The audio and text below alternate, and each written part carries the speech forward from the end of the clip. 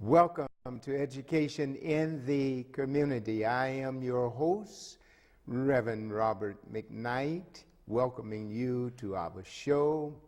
I have with my co-host, Miss Lora Sall. How are you doing? Hi.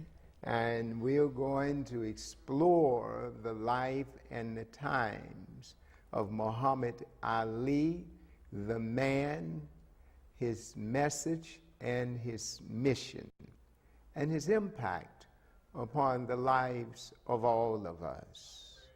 And so how are you doing today? I am here and wonderful. That's great. That's great. Yesterday, I took some time out. I was just snatching bits and pieces of time initially until maybe 10 minutes into the services for the late Muhammad Ali, the world greatest. And we can put a period behind that, because that greatness extended far beyond the boxing ring, Yes. far beyond the field of athletics, far beyond the notoriety that he had received and achieved because of his feats and success as a heavyweight champion. His greatness came from within him and not what happened outside of him. It is because of the greatness within him he was great without.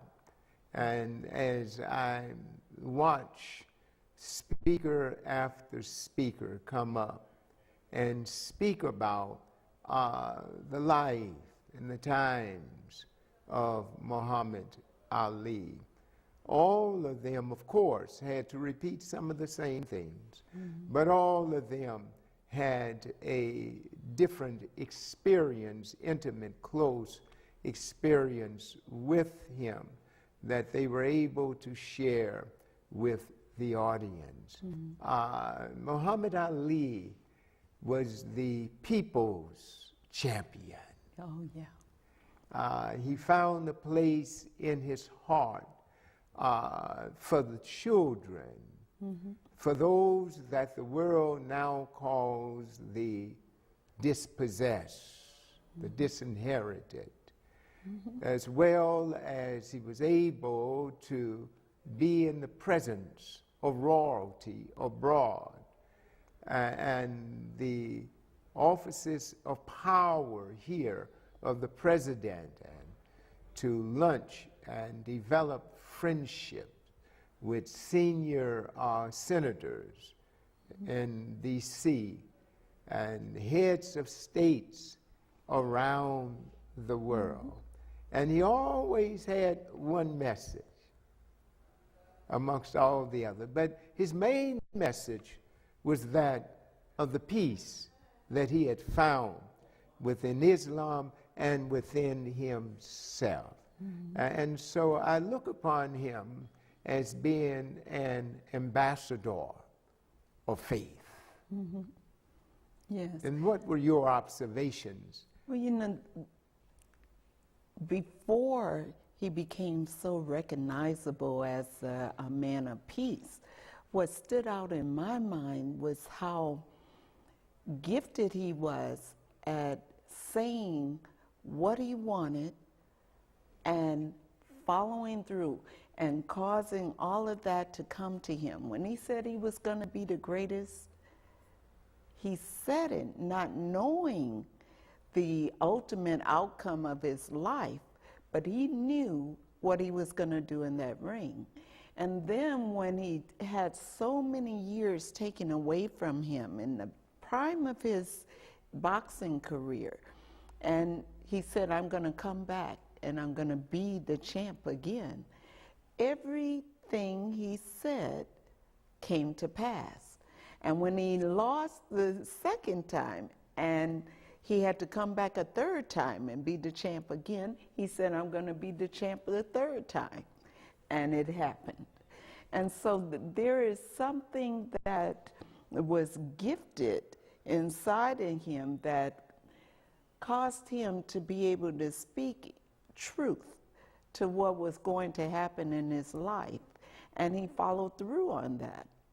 And it stood out more so in the boxing ring, but it carried forth in his personal life and the way he related to other people as well. And so it's fitting that he would be recognized now as the man of peace, more so than just the boxer, because he really was gifted in many ways.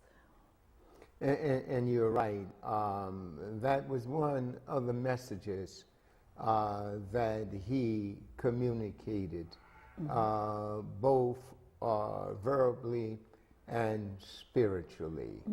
And when you said that the things that he said came to pass in his life, looking at Muhammad Ali, the spiritual man, Muhammad Ali, he understood something that most people have yet to understand, and that is the power of the spoken word. Yes. There's scripture in the Old Testament in Isaiah, the 55th chapter, round about between verses 10 and 12. And God says through the prophet that my word that goes forth from my mouth shall not return unto me void, without accomplishing all unto which I have sent it, and succeeding in the very thing for which my heart desires. Yes. And the Son of God says in the New Testament in Matthew, the Gospel of Matthew, I think chapter 19, he says, and you shall be held accountable for every word you speak, even for your idle words, for every idle word, you shall have to give account of it.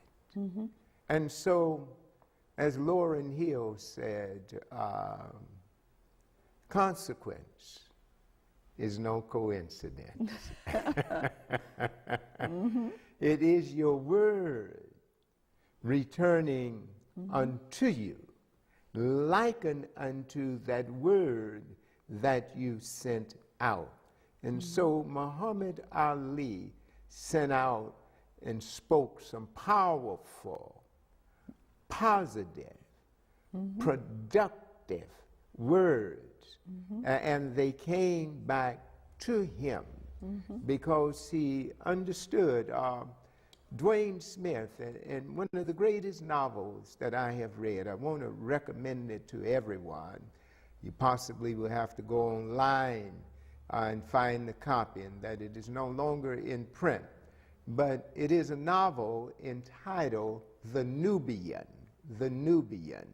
by Dwayne Smith, a cultural novel, and I highly recommend it. And in The Nubian, Dwayne Smith says that our words are the containers by which our spirit is shipped into the realm of reality. Whoa. Well, Muhammad was the prime example of that. And what was beautiful about him, people were offended at his ability to speak so positively about any and everything that was happening for him initially. They were offended by that. And they were taken aback because he was so confident. But he showed his faith and his belief in God and his ability to go forth as this spiritual man in this human body. He showed how he was able to move forth as a believer in spite of what it was they were trying to do to him. They were trying to shut him down on every corner, in every way possible, and it didn't matter. He said, what you do to me, it doesn't matter, because I'm not just representing me. I am representing a whole people. And when he said, those people over there didn't do anything to me, when you calling me a nigger, you calling me one here at home, but they not calling me that over there, so why would I go over there and fight against these people? And so that was an example of his ultimate commitment to humanity, to people around the world, and saying that I am going to love these folks just like I love the people here, but in spite of the fact that you don't love me and you don't treat me with kindness here, I'm going to be here and do my best to support the people around me, okay? And I'm not going to go and fight and kill some other people who have never done anything to me. And you know, you're absolutely correct. Muhammad was not arrogant, but Muhammad was filled with confidence, with self-confidence. Mm-hmm. He did not put on an air of this false humility that so many people want you to perceive is their real persona. He spoke from the person that he knew himself to be, from the God essence in which he was, in which he remains today. And this was threatening to some people, mm-hmm. you see, because the world does not want one to know who they are, especially culturally. And Muhammad knew who he was. Mm-hmm. And Ron Johnson says that if one does not know their culture, they will never know themselves. So you have to appreciate yourself first, if you want others to appreciate you. Mm-hmm. And you have to speak with confidence and power if you want others to have confidence in you, mm-hmm. and believe in you. Mm-hmm. Frequently, people cannot take compliments. Oh, that's a nice outfit you have. Oh, this old rag. You know. Mm-hmm. Yes. I've had it for so long. Rather than smiling and looking better and telling someone thank you, mm-hmm. when they pay you a compliment. But that's what was so amazing about Muhammad. At the time that they took away his titles and blocked his license to fight again, and he started speaking in public. Initially, he wasn't speaking with the same level of confidence that he ultimately started speaking with. But that experience helped him evolve into the man that he truly was and start showing his real essence outside of the ring. And it was only because they blocked him from being in the ring. Had he not been blocked at that time in his life, he might have left this earth as only known as this popular boxer. But because he was blocked right in the prime, that's when that true essence of the man started showing forth. And then he started speaking more in public and evolving into this leader, this peace man, this man of peace that was speaking on behalf of people around the world. And that was the beauty of, you know, they say out of every problem comes some beauty, and you know, everything you go through helps you to evolve into something beautiful. And if you really would accept that experience as a teaching and a learning experience, and he accepted, whatever you're going to do to me, that's fine. I'm not going to go any place and bring harm to a people that did nothing to me. And because he was so committed that way, the true man started evolving. You know, whatever you have, he was saying, in essence, bring it on. But back to one of your earlier comments, one of the speakers that eulogized him said they were someplace, and Muhammad, they were at the Olympics. And Muhammad spoke to the guy that won, and then he says, I want to speak to the loser. And they went to the room.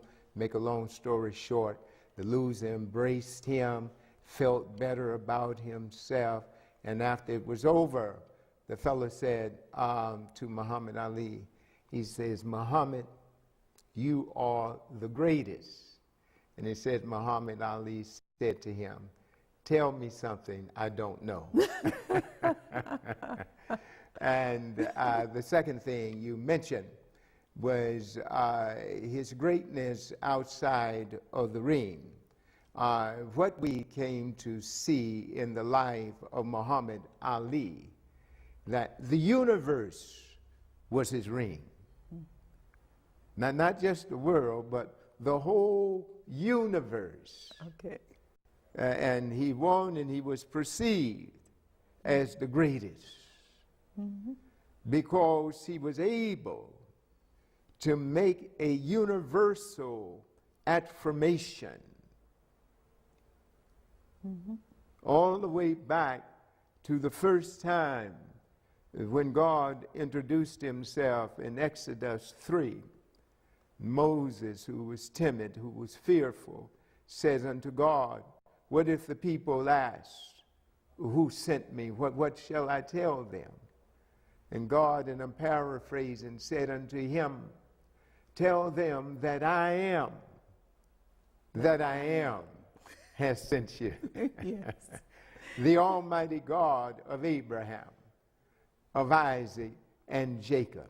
And he says, this shall be my memorial name unto all generation.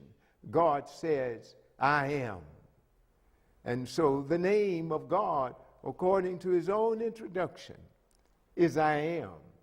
And so every time we say I am, consciously or unconsciously, we are identifying with the God in us. And God is not only good, but God is great. And so Muhammad Ali, whether he knew it or not, when he says, I am the greatest, he was saying, God is the greatest, the God on the inside of me, whose image and likeness I am created in, unto whom all things are possible. I am the greatest. And in the mid-60s, I'm so sorry, in the late 60s, heading into the 70s, a young man by the name of Jesse Jackson spoke in Los Angeles at the Watts Festival. Most people had not really heard of Jesse Jackson. He was kicking off Operation Breadbasket. And so Jesse gave this little jingle. He says, I am somebody. I may be on welfare, but I am somebody. I may be in jail, but I am somebody. And he just went on down the list. But he says he nullified They're in jail by saying but. And everything that came before the but now was nullified. I am somebody. Until the world stood up and had to take notice that Jesse Jackson was somebody. But he had to state it first. Mm-hmm. He traveled abroad and got a pilot's crew that was shot down, released, where the American government could not do it. Why? Because the people recognized that they were dealing with somebody. And as long as he operated from that frame of reference, mm-hmm. that's how the world addressed him, as somebody. That this is so powerful that for years, Africans in America were taught, especially in the South, that whenever you stood in the presence of a non-African American, you had to lower your head. When they walked down the sidewalk, you had to get off the sidewalk. You had to call them Mr. I don't care if they were 2 years old. I don't care if they were the town drunk. But they always call you boy or by your first name. And when you got too old to be a boy, they call you uncle, but they never address your manhood and call you Mr. And then James Brown came along in the 60s and gave African Americans, helped to instill in them a sense of pride in who they were. And he said, say it loud, I am black and proud.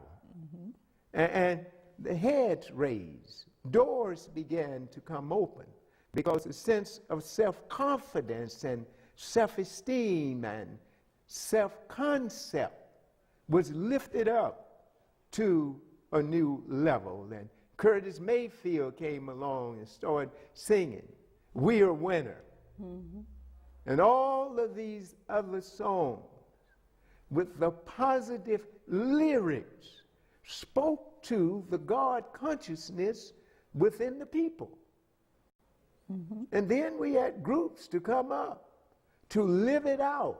The Panthers, SNCC, CORE, and all of the other groups that surfaced during that period of time to articulate the longings and to champion the cause and the rights. Including the Nation Yes. of Islam.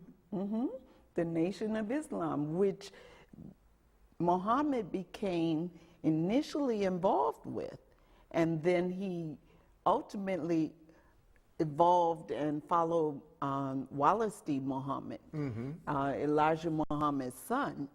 And once Elijah passed away, then Wallace D. ventured off separate from the Nation and started his more own. orthodox.